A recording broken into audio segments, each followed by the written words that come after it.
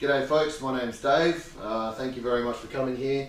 Today is just an opportunity for us to go over the introduction to the first aid course. Today we're going to be going through DRSABCD and the introduction. We're just going to go through some of the things, the acronym and what some of those actually mean. Just a bit of housekeeping. If you have any questions, just put your hands up. If you've got, if you need to use the bathrooms or anything like that, then they're just through the back door there to the left. If in case of emergency, if there's a fire alarm or anything that goes wrong there, just follow me because I'm a fire warden. I know the exits. For your information, exits are just there and then behind you as well. So just to my left, to your right, and behind you. So we'll run you out if we need to. Everyone comfortable? Cool. Look, we just might go around the room and just ask a couple of questions. I just want to know who you are, what's your name, and why you're here at this first aid course. So we'll start with you. I'm Joey. I'm here because I need to know some stuff about first aid for a trip that I'm doing. Okay, cool. Welcome, Joey. It's good to have you along. My name's Dixie and I am here because I need to know some first aid for a trip around Australia with my family. Okay, so it sounds like both of you are going to go away on a trip with your family. Is there anything specific that you want to know about first aid, particularly today, or is it just an overview? Just an overview. Okay, so you're not worried about snake bites, spider bites, any of that sort of thing? Not really. Okay, we'll talk about that as we go. Okay.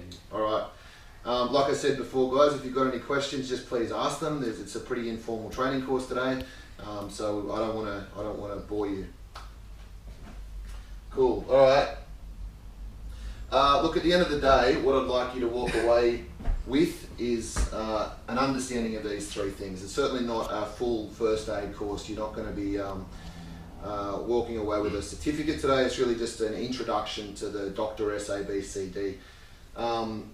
If you can relay the meaning of the acronym, the DRSABCD, I'll be happy. If you can look for danger to yourselves and others prior to commencing first aid, then I'll be happy. And then of course, if you understand how to ring an emergency number, then I'll be happy. All good with that? Any questions? Cool, okay. We've pretty much gone through some of the housekeeping, but just for your information, you've also got some course manuals, which we'll hand out a little bit later on, and it's got all the information that we've got here today. You can take that away back to your desks or back to your workplace, back to your school, and you can use that if you need to. WHS, look, yeah, like I said before, exits. If there is an emergency, we'll run you out of the room. Place is decked out with fire alarms, so we should be okay today. I wouldn't be worried too much about that. Like I said, questions as you have them. Yep, like I've mentioned, my name's Dave. I've been a first aid instructor for the last couple of years. I've worked for St John's, and I've also worked for a few other agencies where I provide first aid advice. I've been sort of in the first aid game for at least two or 3 years. Cool. Anyone got any stories about things that have happened to them before? Injuries where you've required first aid? No? I broke my arm. Oh yeah? Twice. I broke my arm twice. Really? Both of you broken your arm twice? Yep. I broke my left arm twice. I broke my right arm twice. Okay. Did anyone do any first aid with you when you broke your arm, Joey? Not really. I went to the front office and they gave me a sling, and that's about it. Okay. What about you, Gypsy? Well, the first time I had a few scrapes and bruises, so I just fixed them up and then got a sling. Okay. Interesting. So, was there either of you, did anyone come and help you immediately as soon as you hurt yourself? Yeah. What was it, who was the first person who came and saw you? Joey. Okay, and then with that situation, what did Joey do? Did he first look for danger? Yeah. Okay, which he probably should have, right? The first thing that you need to do when you're in a situation where you need to apply first aid is you need to look for danger. Does that make sense? So you need to look for danger to yourself and you need to look for danger for others. If somebody hurts themselves, the first thing that you need to do before you rush in and help them is make sure that you look for that. We're going to go through the full acronyms here. Danger is the first one. The next one is the response. Next one is send for help. Then there's airway, breathing, CPR and defibrillation, which we'll go through. Okay, so the first one, as I said before, is the danger. So worst case scenario is you get yourself into trouble as well. And then you've got two people who need to have first aid and there may not be somebody else around to help you. So first thing that you need to do is make sure you assess the area, make sure all the dangers to you are known. As an example, if Gypsy got bitten by a snake, Joe, would you run over and immediately help her or would you ask where the snake is? I'll ask where the snake is. It's probably a good answer, right? If Joey got hit by a bus, Gypsy, would you make sure the bus was out of their area before you ran onto the road to try to help Joey, or would you just run straight in? I would make sure the bus and cars, everything was clear. Yeah, that's a good answer too. Your own safety is obviously very important, so you need to keep that in mind. Yeah, look, if there are any dangerous things around, then make sure you remove them, get them completely out of the way, and that can be anything from a needle that's been lying on the ground and somebody stabbed themselves with, and if you want to run over and just pull it out, you just need to make sure that you've got yourself covered as well. Make sure that you look after yourself. Don't proceed until any of the danger's been removed, and then you can move on. There's a couple of examples there on this slide there. It's electrical wires, all of that sort of thing. Make sure you turn it off. Make sure that you're cleared from a busy road, any situation. Just make sure that your safety is first of all important, and then make sure that it's clear for anybody else. Any questions on that? Does that make sense? Yep. Excellent. Okay, so the next one is response. Okay, so that's the you need to go. If you see somebody lying on the ground, what's the first thing you're going to do after you look for danger? I'm going to do this when you look for danger, just to make sure that you guys understand. When I do this, we're looking for danger. Yep. So what's the first thing you'll do when after you've looked for danger? What do you think, Gypsy? Cow. Why is there a cow there on this picture? Because can you hear me stands for C, open your eyes stands for O, what's your name stands for W, and squeeze my hand stands for S, which is cow. That's exactly right, Gypsy. It's like you've done this course before. Well done. COWS is the acronym that we use at the moment in the first aid game. Okay, so the first thing is the C is can you hear me? So you walk over to somebody, can you hear me? You speak really loudly. The next one is open your eyes. And if they open their eyes, and they open it up and they look around and they say, yep, I'm fine, it's all good, you can leave me alone, let me go back to sleep, great, first aid's done. The next thing is what's your name? And if they answer, my name is Joey or Gypsy or Dave, then you're good, you can ask them if they're okay. And then if there's no response at all, the next thing is the S, which is the send for help, okay? We'll go through that in a second, but basically send for help is call 000. Yep. You know that's the emergency number. Okay. Do you know that there's another emergency number when you're in remote areas in Australia? Do you know what it is, Gypsy? 112. Correct. It is 112. There's also some apps that you can get for your smartphone, which we'll talk about a little bit later. Okay, so once you've checked for a response, you decide if they're conscious. If they are conscious, then you can proceed to either calling an ambulance if they're hurt, or if not, then you can apply first aid at a minimal situation. Small children should never be picked up and shaken. That's the worst thing you can possibly do. If they're really anyone who's in an emergency situation, they could have hurt their spine or their neck or anything. If you shake them, then they could really hurt them. So we don't shake them, we use the COWS acronym, and again, if they're unconscious, then you lay them on their back. Does that make sense? So what happens if they're unconscious and they're on the middle of a road? What do you do? What do you think? Remove them from a road and then just lay them on their back. If it's safe to do so, yeah, you look for danger. If it's a dangerous, busy road, and they're unconscious, then you might move them to the side, but only if it's safe to do so, and you need to make sure that you're supporting their head and neck. We're going to go through all of those specific procedures and other things as we move along. Cool? Okay, so we've done DR. The next one is S, Dr. S, which is, and again we've used it in the acronym for COWS, send for help. Yep, we've spoken about triple O, we've spoken about 112. First thing that you need to do when you're sending for help is you need to know where you are, okay? And there's a few things that you can do. You can look at the location on your smartphone, or you can look around for specific landmarks. If you know the address of the place that you're at, then brilliant. You can just relay that back to the operator from 000 or 112, and then you can get them there quicker. Okay, that's pretty obvious stuff, right? You need to know where you're calling from. The next thing that they're going to ask you is what the telephone number is that you're calling from. It could potentially be a mobile phone number, then just relay the mobile phone number back to the operator. If it's a house phone, then, or if you know what the area code is, like 02 is Canberra, 02 is New South Wales, 03 is Victoria, etc., etc. If you know that, then you let them know, and then you tell the person that how many people require assistance. Cool. One of the big things to remember is if somebody else is around to help you, tell them to send for help, right? You're there trying to apply first aid to this person who's potentially really hurt themselves. If you can get away with not running away and calling 000, then do that, absolutely do that, but make sure they've called it. So the best thing to do is if somebody's standing by, is to tell them to dial 000, bring it over, put it on speakerphone so that you can talk to the operator while you're applying first aid. Okay, that's really important. And the most important thing is to make sure that the ambulance has been called while you're applying first aid. Okay, A stands for airway. Couple of things there. The first thing that you need to do is open and clear the casualty's airway so that they can breathe. Now, we just want to make sure that there's no obstructions in their airway. We can do that by placing them on their back, and making sure that the airway is clear.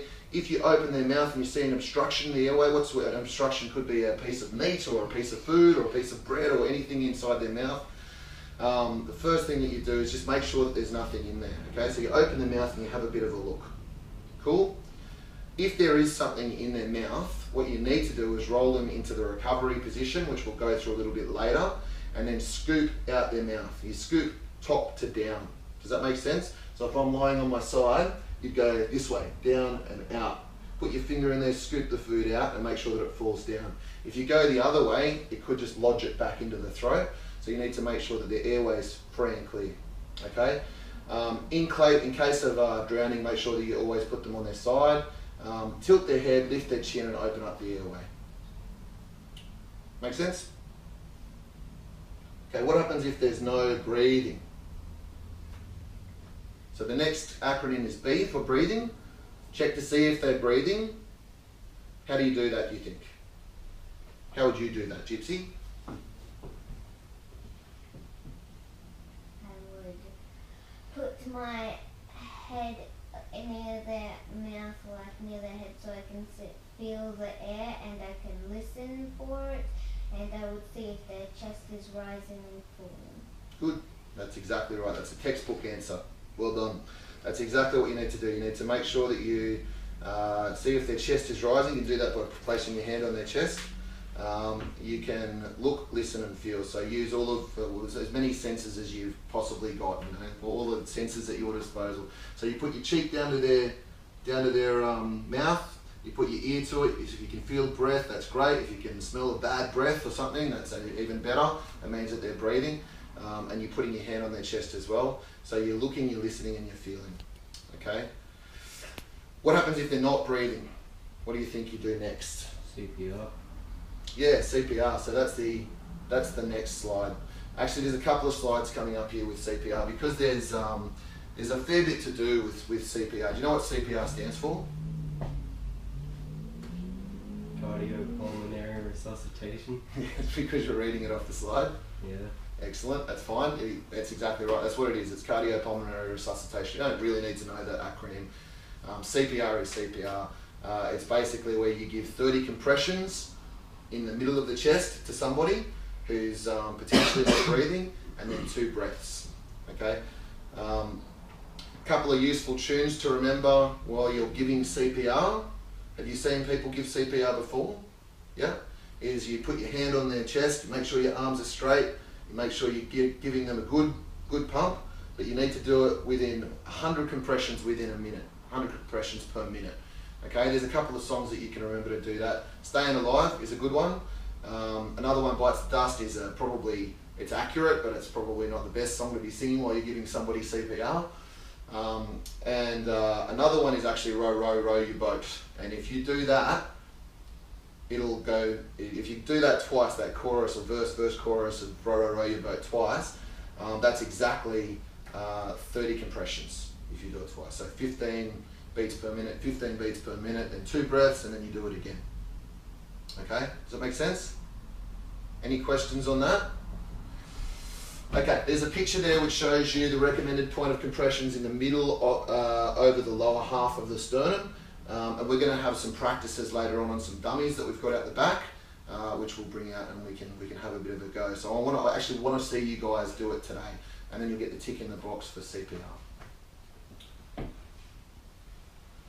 Okay.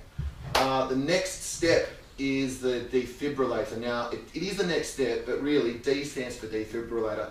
If you have a defibrillator at your disposal at any time, then apply it immediately. As soon as you have a defibrillator, if they are not breathing and you can't hear a heartbeat, then you would apply it immediately. Okay? Usually you'd get somebody to help you with this. If there's a bystander, the person who's still got that person on the phone, then you can run out, you can get them to bring in a defib. A defib is usually available in most public places, like public shopping centres usually have them, hospitals have them. There are obviously some shops that have them too, schools have them, government buildings usually have them. It's always good to know where they are, so that if you're in an emergency situation at your school or at your home, it's always good to know where a defib might possibly be. Defibrillators are really easy to use, and if somebody goes and grabs you a defib, or if you get one for yourself, then you open the box, you basically turn it on, and it will tell you everything that you need to do. Okay, you need to peel the connectors off so that it makes a nice sticky surface. Open the person's shirt, cut it open if you need to by using your first aid kit or by lifting up the person's shirt. Making sure that there's no bras or anything in the way, because bras, if you put a defib, could burn the skin, so you don't want to do that. So make sure that it's completely clear. Follow the instructions. It's usually one to the left and then one up here. Actually, on the other side, one to the right on the chest and then one down here to the left, I think, but it'll tell you exactly what to do. It's ready to use. As soon as you do it, you have to stand clear, make sure that no one's touching the patient. Hit the button, it'll send a surge of electricity through that part of the body, and then you can listen, look, listen, and feel again. See if they're breathing, check if their heart rates come back. If it hasn't, then you continue with CPR. Yep. So CPR is what? How many compressions? 30 compressions, Yep. 2 breaths. That's right. And how many compressions should you do a minute? 100. Yeah, correct. Exactly right. Well done. Cool. Okay, if they are showing signs of life, if they've started to get a heartbeat and you can hear them breathing, then you're going to roll them onto their side. You're going to put them into the recovery position, which we'll go through a little bit later. Make sure that ambulance is on the way and monitor them. Okay, make sure that you're with them. You stay with them until an ambulance arrives, and then they can be taken off and monitored by the experts. Okay. Look, that's DRSABCD, Dr. S, A, B, C, D. Does it make sense? Any questions on any of those acronyms at all? No? Alright, what does D mean, Gypsy? Danger. And what do you do if you come across somebody who's been hurt in the street? First thing that you're going to do? Check for danger. That's right, so you do the check for danger, yeah? Joe, what does response, what do you do with response? Cows. Yep, cows, correct. What's the cows acronym stand for again? Can you hear me? Open your eyes. What's your name? Squeeze my hand. Got it, exactly right. If you can remember those things, that's great. What happens if you don't get a response, Gypsy? What's the next step? Send for help. Yep, and how can you do that?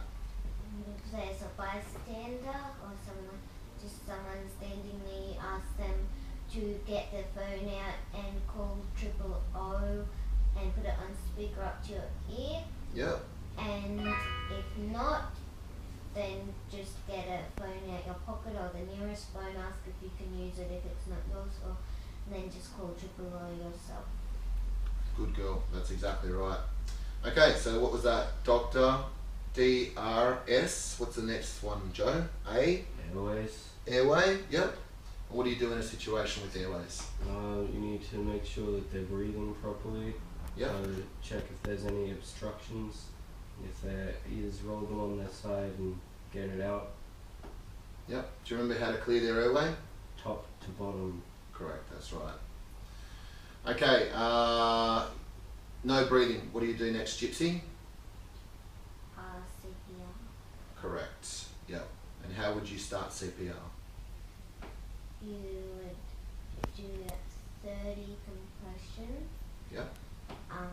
Usually to a song like Row Row Row Your Boat, or then afterwards you do 2 breaths. Yep. So first thing you need to do is make sure that they're lying on their back. Okay, make sure that they're lying on their back. Make sure that you've got your hands placed over the top of the sternum, which we'll run through a little bit later, and I'll give you some ideas of how you can do that. There are some, you need to push pretty hard, and obviously there's some people who are smaller and it's going to be harder for them to do than it is for other people, like this big guy here. And there's some strategies that you can use to really get that going. One of them is a head bang, so you can just actually head bang, and if you can do that to a Metallica song that's 100 beats per minute, then you'll be laughing. It'll be perfect. Okay, I'll show you that a little bit later. So yep, you start CPR. CPR is the 30 compressions. It is the 2 breaths. We didn't really talk about this. We'll go through this when we actually have the demonstration. But you need to make sure if you are giving somebody an adult breaths that their head's tilted back and their airway is open. And we'll talk about how we can do that a little bit later. Babies is a bit different. You don't need to tilt their head back. In fact, it's encouraged not to. The reason why you tilt somebody's head back is so that you don't blow up their stomach full of air, so you blow up their lungs. Does that make sense? Cool. CPR. What's the next step, Joe? Defibrillation. Yep. What does that mean? You get a defibrillator from wherever a defibrillator is, and you place it on the patient, and it should tell you what to do. Yeah, there's fully instructions there. So hopefully you've got somebody to help you, but if you don't, then you can always get someone. You can try this, just do it yourself. So put the defib on and then start it up. How long do you think you need to do CPR for before you stop? Until the ambulance gets there. Yeah, pretty much until you can't do it anymore. Until you're completely exhausted. You keep on monitoring the patient. If there are signs of life, then you can stop, put them in the recovery position. As I said before, make sure an ambulance is on the way. But if there's still no signs of life, you keep going until you can't go anymore, until you're exhausted, or until first aid, second aid arrives, until ambulances arrive. So you just keep on going. If you've got somebody else there to help you, then you would share that with them and you give them instructions on how to do it. Now that you're Doctor DRSABCD trained, you can tell them what to do. Make sense? Yep. Any questions at all, folks? No? No. Okay, so the next thing that we're going to do after this session is we're going to pull out the mannequins, and we're going to go through a couple of scenarios where there's an actual event that's happened and you need to apply the Doctor DRSABCD. When it happens, I want to see everybody walk out, check for danger, so I want to see you do this. Yep. Cool. And then the next thing I want you to do is remember the COWS acronym, which is... Can you open your eyes? Excuse me. Yeah, correct. All right, guys. Don't forget you've got your course manuals that you can take away back to your workplace or back to your school. You can always refer back to those at any time. There's also an e-learning session which is available to you, and there's some contact cards there as well. So any issues, you can always call the subject matter experts, and they'll be able to take you through those things. It's usually through WHS section. All right, thanks.